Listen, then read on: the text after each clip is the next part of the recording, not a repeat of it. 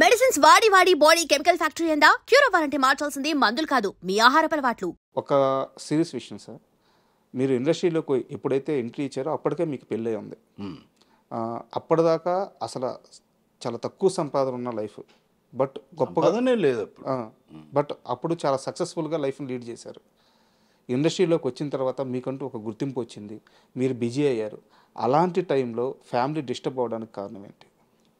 అంటే కొన్నిసార్లు మ్యాటర్లు అంటే మనకు మనస్పర్ధలు చిన్న చిన్నవి వస్తూనే ఉంటాయి. ఒక టైం వస్తుంది ఎట్లా అంటే ఇంకా వద్దు, ఎందుకు రోజు కొట్లాడుకొని రోజు ఇది పరిశాన అనే దానికంటే దూరం ఉంటే బెటర్ కదా. ఊరికి ఒకరినొకరు అనుకొని ఒకరినొకరు కొట్టుకొని తిట్టుకొని ఇంకా ఏదేదో నెగిటివ్ ప్లాన్లు చేసుకొని ఇవన్నీ చేసేదానికంటే గమ్మున వెళ్ళిపోతే అయిపోతుంది కదా. ఇప్పుడు వాళ్ళ మనసు బాధ పెట్టకుండా నేను బాధపడి ఎందుకు ఇవన్నీ అని జరిగింది. అది ముందు నుంచి చిన్న చిన్నవి వస్తూనే ఉంటాయి. భార్యాభర్తలు అన్నాక కొన్ని రోజులు ట్రావెల్ అయిన తర్వాత ఒక టైం వచ్చింది, ఇంకా లేదులే అంటే ఏ మనిషికైనా, ఇప్పుడు ఆమెకైనా సరే నాకైనా సరే ఒక ఓపిక, ఒక లిమిటేషన్ అని ఉంటుంది. ఆ ఓపిక దాటింది. మేబీ నేను కరెక్ట్ లేను ఆమె ఉద్దేశంలో నాకు కరెక్ట్. ఇలాంటివి ఏవో జరుగుతాయి. ఎవరు పర్ఫెక్టు ఎవరు రాంగ్ అని నేను చెప్పను. మిస్టేక్లు రెండు తరఫులు ఏవో జరిగింటాయి. సో అది ఎక్కడో మైండ్లో కూర్చుంది. ఒక టైం వచ్చింది, ఇంకా మనం బెటర్. ఇది మీ వ్యక్తిగత విషయం సార్. చాలా ఇంటర్వ్యూలో మీరు ఇదే మాట చెప్పారు.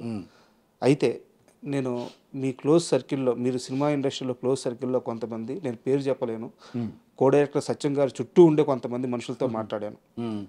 శేఖర్ గతంలో ఒక 12 ఏళ్ల క్రితం తన లైఫ్లో ఇది జరిగినప్పుడు అంతగా బాధపడలేదు, కానీ సరే టైం ఇలా వచ్చింది అలా జరిగిపోయిందని అనుకున్నాడు. కానీ గత 2-3 ఏళ్ళ నుంచి శేఖర్ ఈ విషయంలో చాలా మదన పడుతున్నాడు లోపల.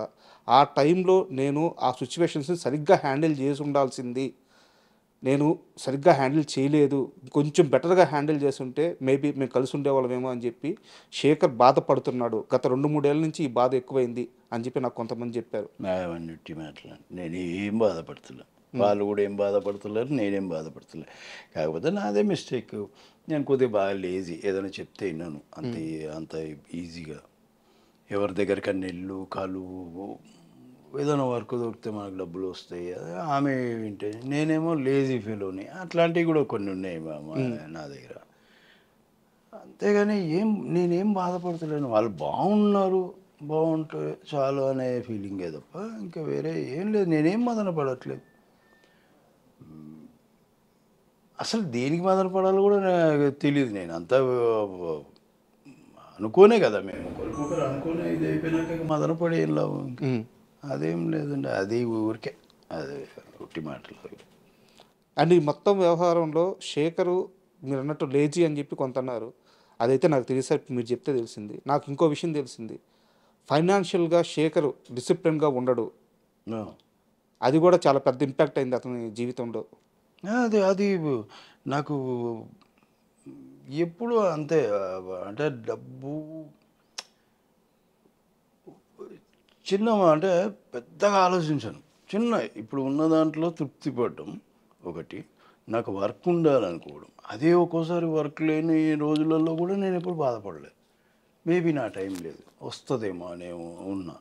ఇప్పుడు నా వెనకాల వచ్చిన వాళ్ళు ఎదుగుతూ ఉన్నా, చూస్తున్నా, అందరు మంచి పొజిషన్లో ఉన్నారు, నాతో పాటు ఉన్న వాళ్ళు మంచి పొజిషన్లో ఉన్నారు, నేను లేనని నేను ఎప్పుడు బాధపడను. ఏమో ఇన్నేళ్ళు భగవంతుడు కాపాడిండు, 25 ఏళ్ళు అవుతుంది వచ్చి, ఇన్నేళ్ళ నుంచి భగవంతుడు కాపాడిండు, ఏదో వర్క్ ఇస్తున్నాడు, ఎందుకు ఆయన నడిపిస్తాడు నేను అని ఉందే తప్ప వాడు ముందుకు పోయిండు వీడు ముందుకు పోయిండు ఈ ఫీలింగ్ కూడా ఉండదు నాకు ఎప్పుడు. పెద్దగా ఆలోచించు సార్. అంటే సారీ టు ఇంటరప్ట్, మధ్యలో మాట్లాడుతున్నందుకు. మీరంటే చాలా కొన్ని లక్షల మందికి అభిమానం ఉంటుంది సార్. ఎందుకంటే మీరు మీ క్యారెక్టర్స్ ఇచ్చే ఇంపాక్ట్ అలా ఉంటుంది. సో ఈరోజు నేను ఇంటర్వ్యూకి ఇక్కడ కూర్చోబెట్టి మిమ్మల్ని పొగిడి నేను అలా ప్లెయిన్గా పంపించలేను. సో మీ దగ్గర ఒక సమస్య ఉంటే నేను ఆ సమస్యను కూడా ప్రస్తావించాల్సిన అవసరం ఉంటుంది. మీరు ఇప్పుడు దాకా ఏం చెప్పారంటే, నాకు క్యారెక్టర్స్ వస్తే తీసుకుంటాను, రాని మనం ఏం చేయలేము, నాకేం బాధలేదు అన్నారు.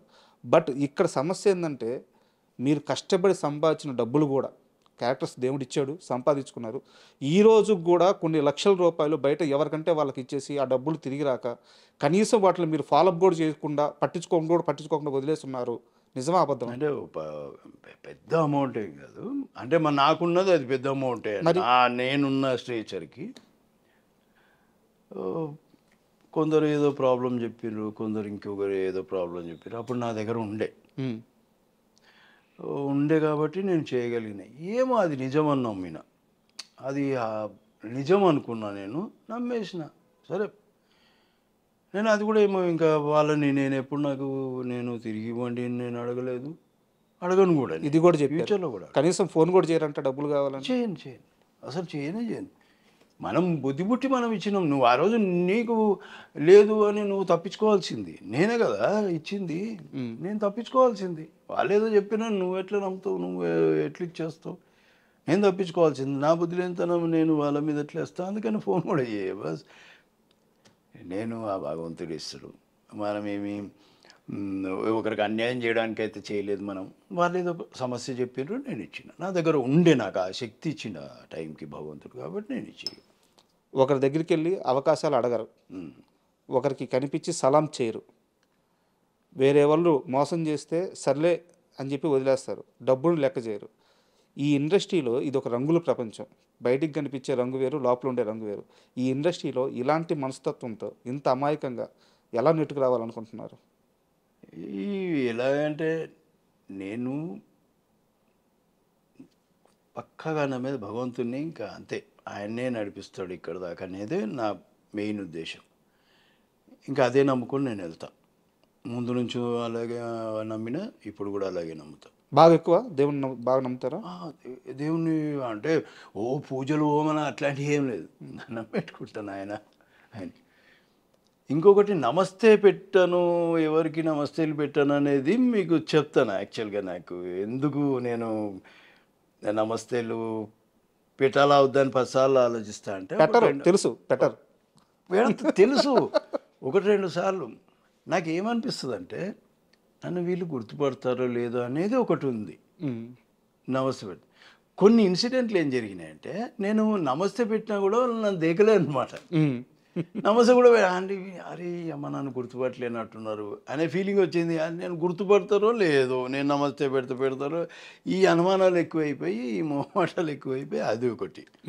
అందుకే మరి బాగా తెలిసి ఇంకా కన్ఫర్మ్ అనుకున్నాను, నమస్తే పెడతాను, అట్లేం లేదు, విష్ చేస్తాను.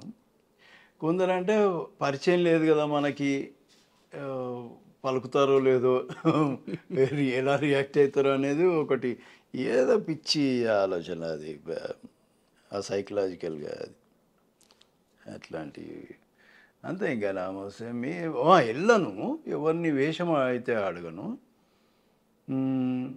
ఇంకోటి ఏంటంటే, మనకై మనం అడిగితే వాళ్ళు ఎట్లా రియాక్ట్ అవుతారు. ఒక్కోసారి మనం అడిగినా కూడా వాళ్ళు రియాక్ట్ కాకుండా ఆ ప్లేస్లో ఇంకొకరిని పెట్టేసుకుంటే ఎక్కడో నేను నొచ్చుకుంటా అనే ఫీలింగ్. అరే నేను సెట్ కాలేకపోయినా, నేను అడిగినా కదా అవి వేషము, ఎందుకు ఎలా అంటే నాకు టాలెంట్ లేదనా ఏదా, ఇట్లాంటివి ఎందుకు నాకు, అది కొన్ని ఉంటాయి అవి. అందుకని నేను ఎవరిని అడగను. వాళ్ళు ఇస్తే ఏది కాదన్ను, ఇది అది ఇది ఏది కాదన్ను. అందులో డైలాగ్ ఉందా, ఉట్టిగా నిలబడం అన్నారా, ఏం లేదు, డబ్బులు ఒకటి మాట్లాడుకుంటా. ఆ డబ్బులు టైంకి ఇవ్వకపోతే ఇంకొకటి కూడా ఇదైతుందో అప్పుడు మొహమాట పడ. డబ్బులు ఇవ్వకపోతే ఇప్పుడు నాకు ఒకసారి అడుగుతా, 2 సార్లు అడుగుతా, 3 సార్లు అడుగుతా, ఇంట్లో కూర్చుంటా. నా పైసలు పంపి అప్పుడు వస్తా, ఇప్పుడు చేసే కూడా నాకు పంపి అప్పుడు వస్తా. ఈ విషయంలో మాత్రం స్ట్రిక్ట్.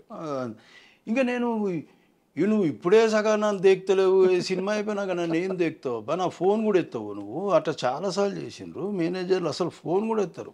ఏ సినిమా జరిగింది? మస్తు సినిమాలో జరిగింది. మామూలుగా ఇవన్నీ నేను ముందు ఇట్లా లేను, ముందు డబ్బులు అడిగేటోనే కాదు, వాళ్ళు ఎంత ఇస్తా అంత తీసుకుంటాను లాస్ట్లో అది కూడా సినిమా అయిపోయినాక. ఇప్పుడు ఏంటంటే నాకు ఈ 2 రోజులు చేస్తున్నా కదా, ముందు పంపించారు. ఎందుకంటే అట్లా చేసిరు మరి. ఇప్పుడు ఈ చక్కర్లో ఏమైపోయిందంటే, ఎవరిని నమ్మాలనో ఎవరిని నమ్మొద్దో కన్ఫ్యూజన్లో ఉన్నా నేను. అంతే కదా. అందుకని ఇది పెట్టేసిన సిస్టమ్. ఇంకోటి ఎవరు వచ్చినా కూడా ఇంకొకటి ఏంటంటే, ఇప్పుడు వాళ్ళు నాకై వచ్చి ఇదేను సార్ ఇది చిన్న సినిమా ఇలా ఎట్లా అంటే, నేను చెప్పినంత వరకు చెప్తా వాళ్ళకి. నేను కూడా చిన్న ఉన్నాయా అన్న, ఏం ఆస్తులు గిస్తులు ఏం లేవు నేను ఇట్లా నాకేం లేదా, కానీ మీరు సరేలే ఇంకా పోనీ ఏమి ఇస్తారు చెప్పండి, మీరు మరీ అన్యాయంగా మాట్లాడితే ఏమన్నాను సారీ అంట. ఇంకా వాళ్ళు ఏదో కొద్దిగా ఓకే అనుకుంటే తీసుకుంటూ వెళ్ళి చేసేస్తాం. కానీ ఆ చిన్న సినిమా వాళ్ళు కూడా చాలా మర్యాదగా మంచి పద్ధతిలో చేస్తారు వాళ్ళు, రిసీవింగ్ కానీ అట్లా కానీ అంతా బాగుంటుంది. And for more videos, Please subscribe to iDream. Please subscribe to iDream. Please subscribe iDream. And please subscribe to iDream. For more videos, subscribe to iDream. please like, share and subscribe to the channel. Congratulations, iDream. Subscribe to iDream. Subscribe to iDream. So subscribe to iDream Media. iDream ki iDream team andarki huge congratulations. Please subscribe iDream Media. Please subscribe to iDream. Subscribe iDream. Please subscribe to iDream. iDream అంటే నా కళల ఛానల్ను subscribe చేసుకున్నారు, నోరు తిరుగుతలేదు, మీరైతే గంట గుర్తు కొట్టండి. For more such videos, please subscribe to iDream. Subscribe to iDream. Please subscribe to iDream. Please subscribe iDream Media. Please do subscribe to iDream. Please subscribe to iDream Media. For best entertainment and information, please subscribe iDream. And don't forget to subscribe to iDream.